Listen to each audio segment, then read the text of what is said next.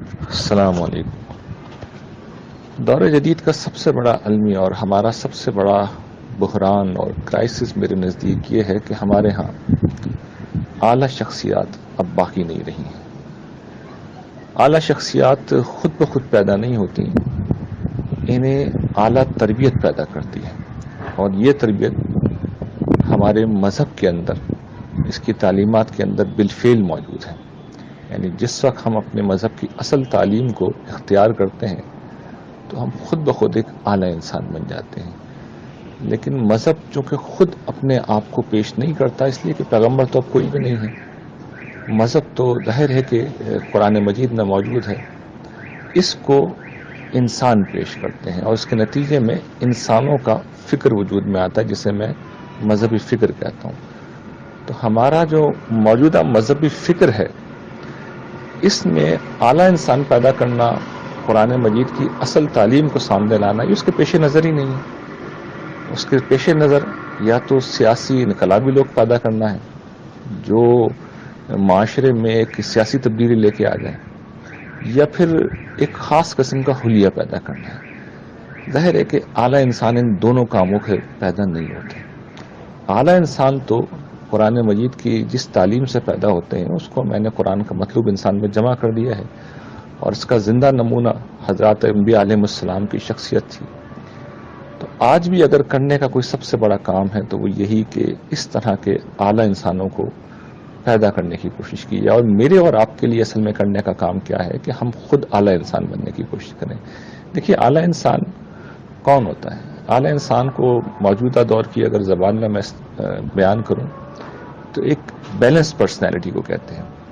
ایک ایسا شخص جو بیک وقت ریشنل بھی ہو، اور ایک ایسا شخص جو بیک وقت ایموشنل بھی ہو، اور ایک ایسا شخص جو بیک وقت خدا کی بھی رعایت کرتا ہو، اس کے احکام کو بھی ماننے والا ہو، اور ایک ایسا شخص جو اس کے ساتھ ساتھ بندوں کا بھی خیال کرنے والا ہو، ایک ایسا شخص جو خدا کے دین کی نصرت کے لیے بھی اٹھنے کو تیار ہو، اور ایک ایسا شخص جو اپنے گھر اور گھر والوں کی خدمت کو بھی زندگی سمجھتا ہو، ایک ایسا شخص جو دنیا کے تقاضے بھی نبھا رہا ہو، اور ساتھ ساتھ وہ اپنی آخرت کے اوپر بھی پوری طرح فوکس کیے ہوئے ہو۔ اور یہ شخصیت کب وجود میں آتی ہے؟ جب ہمارا رخ اپنی طرف ہو جائے، اور جب ہم اپنی غلطی کو ڈھونڈنے والے بن جائیں، اور جب ہمارے اندر یہ احساس پیدا ہو جائے کہ میں جتنا اپنی شخصیت کو بہتر بناؤں گا، اتنا ہی میں اپنے پروردگار سے قریب ہوں گا، اور اتنا ہی میں جنت میں اعلیٰ مقام حاصل کروں گا۔ تو اپنے آپ کو فوکس کر کے اپنے آپ کو بہتر بنانے کی کوشش کرنا، یہ اعلیٰ شخصیت کو پیدا کرنے کا بنیادی راز ہے۔ اور یہ یقین کیجئے، ہم میں سے کوئی شخص یہ کام نہیں کرتا، ہم ہمیشہ دوسروں کو دیکھتے ہیں، ان کی غلطیوں، ان کی کمزوریوں، ان کے عیبوں کو دیکھتے ہیں۔ لیکن ظاہر ہے کہ دوسروں کا احتساب کر کے ہم خدا کے احتساب سے نہیں بچ سکتے۔ خدا کے احتساب سے بچنے کا ایک ہی راستہ ہے کہ ہم اپنا احتساب خود کرنے لگیں۔ تو یہ اعلیٰ شخصیت مجھے بھی اپنے اندر پیدا کرنی ہے، آپ کو بھی اپنے اندر پیدا کرنی ہے، اور جس نے یہ اعلیٰ شخصیت اپنے اندر پیدا کر لی، قرآن مجید جس کو اپنی زبان میں نفس مطمئنہ کہتا ہے، تو اس کا اجر یہ ہے کہ قرآن مجید نے بیان کیا ہے کہ یا ایتھا النفس المطمئنہ ارجعی الی ربک راضیۃ مرضیہ فادخلی فی عبادی وادخلی جنتی۔ یعنی اے نفس مطمئنہ، اپنے رب کی طرف لوٹ اس حال میں کہ تو اس سے راضی اور وہ تجھ سے راضی، داخل ہو جا میرے بندوں میں، اور داخل ہو جا میری جنت میں۔